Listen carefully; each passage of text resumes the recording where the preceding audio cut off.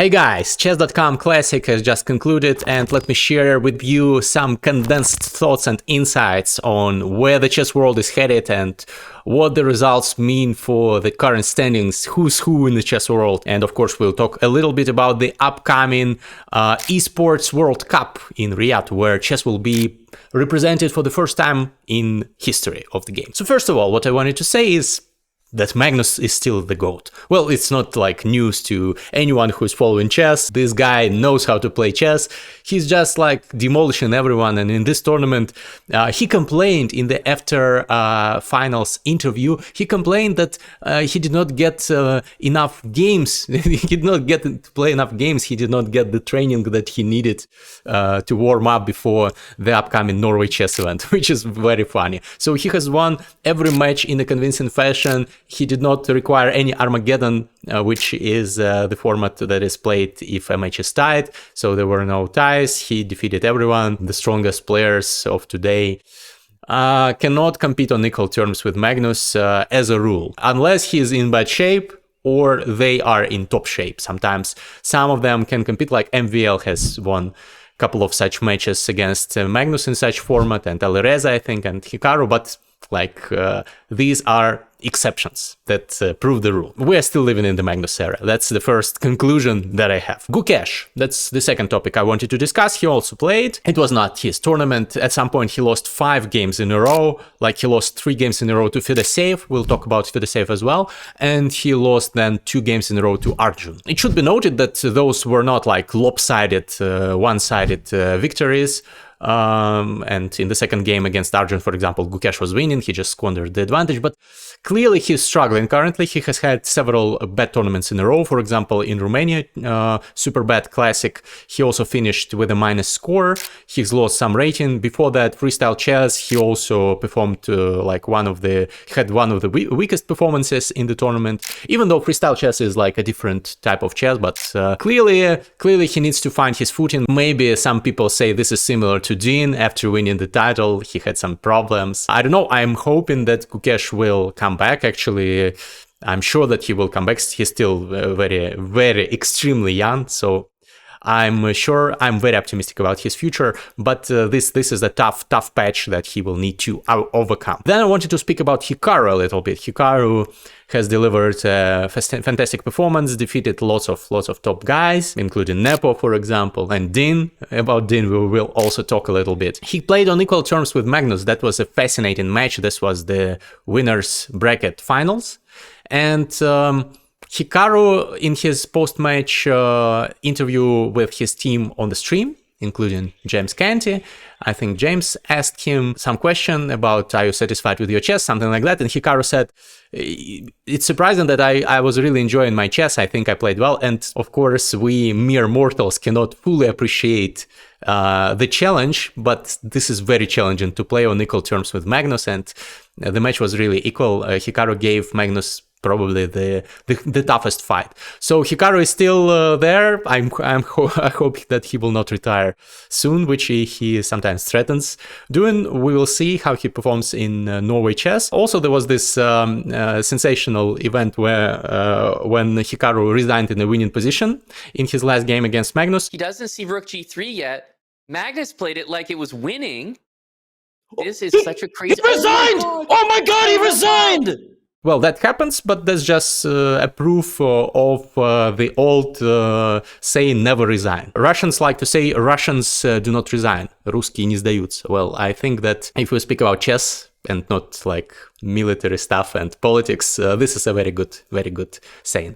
Okay, so Fedoseev, another topic that we need to discuss. Fedoseev, Vladimir Fedoseev, for those of you who do not know, he's originally Russian but left Russia after the war started, just like me, by the way, and he now represents Slovenia, and he has broken into the world elite. We've recently recorded a podcast episode with him. It's out on this channel. Check it out. Very fascinating discussion. He has sacrificed a lot to become an elite player. He's now top 20, top 17, I think, in the world, when he's closer to 30 years old. So this is unusual because generally people get into the elite these days when they are like 15, 17. 20, maybe 20 something, but not 30.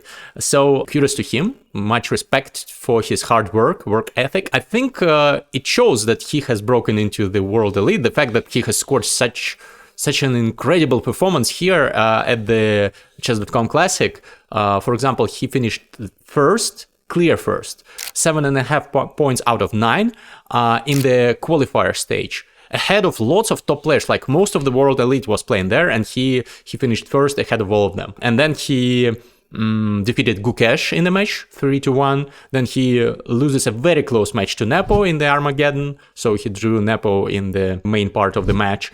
Then he defeated Fabi 2-0, which is incredible. And then he defeated Artemiev, maybe he's not very well known, but he's one of the top players in the world, and in Blitz and in Rapid he's like top 10, I think, in both rankings. Also classical Russian chess champion of last year. So only nodirbek abdusattorov managed to defeat Fedoseev. So Fedoseev clearly already belongs to the elite, and we will definitely be hearing about his further performances and successes. And he has also, of course, guaranteed his place at the Esports World Cup. So we will see. If you don't know his story, check out his podcast. It's amazing. Recently, he has been on a roll. He has won like very many tournaments and made tremendous progress. Okay, let's talk about MVL. MVL was playing the grand final against Magnus, even though this time he was probably not in his best form, and Magnus defeated him convincingly. But still, MVL is one of those players who can put up a fight against Magnus, especially like he's maybe not the most comfortable opponent for Magnus in such formats. He's very sharp, very tactical. This time it was not his day, but still I adore MVL, and I have to say the first match against Magnus, which was played not in the final but like before that in the knockout stage, also was very close. MVL was winning in the first game and blundered and unfortunately lost, unfortunately for him. And Magnus himself in the post-match interview said that yeah, it was a tough match. So I'll be looking forward to seeing more of MVL, especially considering the fact that he seems to be on a roll these days in the classical tournament in Romania, Superbet chesscom Superbet Chess Classic. Sorry, I'm always confusing these names, and lots of tournaments this day. So he had a great performance there, and I'm sure that he will be back to world top 10 if he continues like with such pace. And definitely he's one of the like 5 strongest speed chess players in the world. And then I wanted to discuss Dean as well. Dean Liren is back. He has played in this event, and actually he was invited. So he did not play the qualifier, but he was invited, and he defeated in a sensational manner. He defeated Praggnanandhaa, Prague, who was huge favorite. I think betting companies gave like huge odds in favor of Prague winning, and Prague lost. Dean played some fantastic chess. Like he played a game where his king walked across the whole board and escaped the checks. I really enjoyed it. So I'm glad to see Dean back. Hopefully he will recover even more and play more chess. But this time he was defeated by Hikaru, I think, and he did not qualify.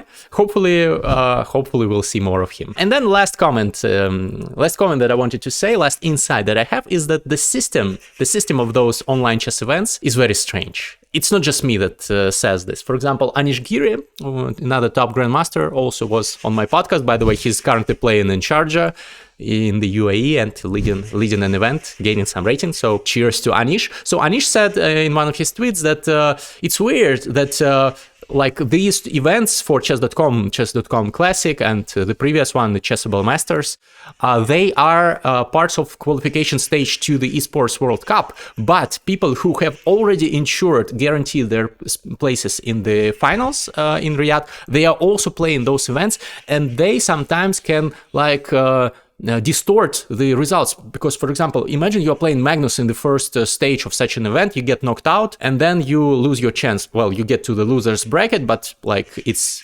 significantly harder for you. And then in the loser's bracket, you're playing Nepo, for example, and you lose. And both Magnus and Nepo have already guaranteed their spots in the final in Riyadh.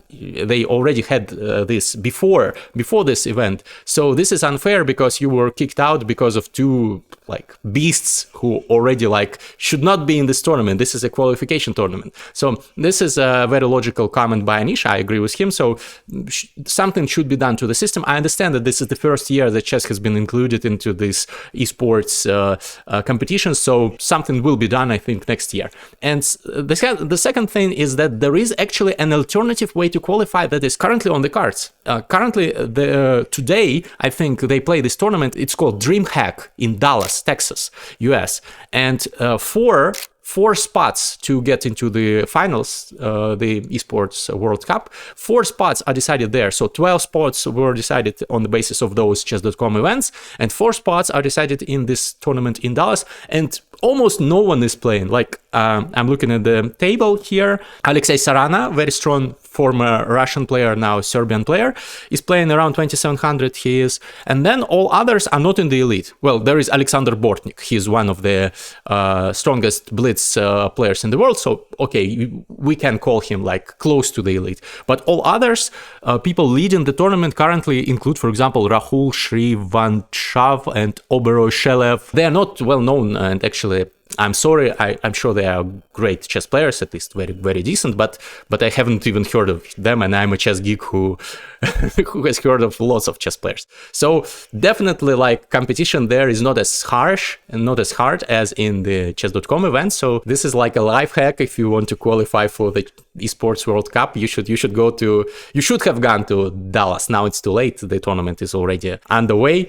So yeah, interesting system. I think it should be, of course, thought about more and updated, but it is what it is. Guys, drop your comments. Did you like this video and my thoughts? And did you like the events? Did you follow those fascinating games? And see you in the next one. Bye bye.